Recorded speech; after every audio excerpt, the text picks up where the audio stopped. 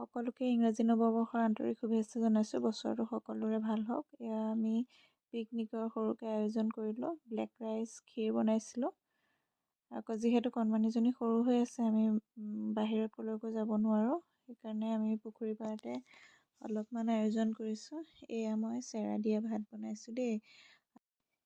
এনেদৰে চেৰা দিয়া ভাত মই প্ৰথমবাৰ বনাইছোঁ। এনেই চুঙা চাউল বনাই পাইছোঁ, কিন্তু এয়া প্ৰথমবাৰ বনাই চালোঁ আৰু খুব ধুনীয়া হৈছিলে খাবলৈ, বেয়া হোৱা নাছিলে। চিকেনৰ লগত খাইছিলোঁ লাই শাক দি।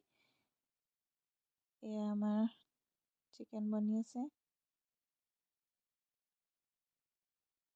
চব বহি আছে ৰাইজসকল।